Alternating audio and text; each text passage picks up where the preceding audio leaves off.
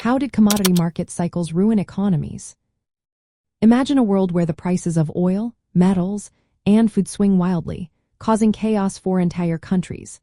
That's what happens during commodity market cycles.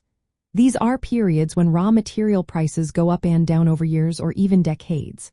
They are part of how commodity markets have evolved over time. When prices rise sharply, countries that export these goods often see a quick boost in income and economic growth. But trouble starts when prices suddenly fall.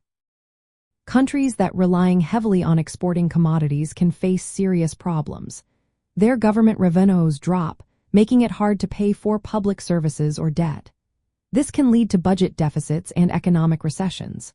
For example, during the 1970s oil price surge caused by geopolitical tensions, many oil-exporting nations gained wealth initially. But when prices collapsed, they faced economic hardship.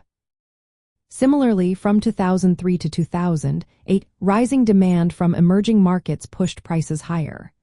When the global financial crisis hit, prices plummeted, causing economic downturns in many resource-dependent countries.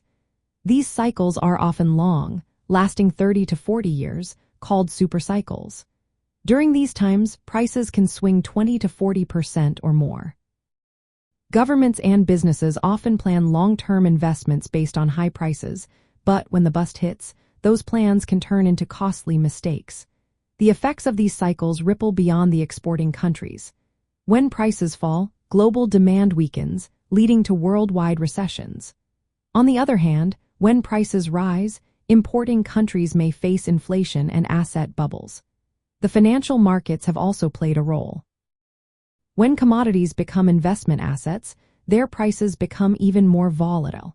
This can make boom-bust cycles worse, increasing the risk of economic crises. Economies that suffer from these cycles often face fiscal deficits when revenues collapse.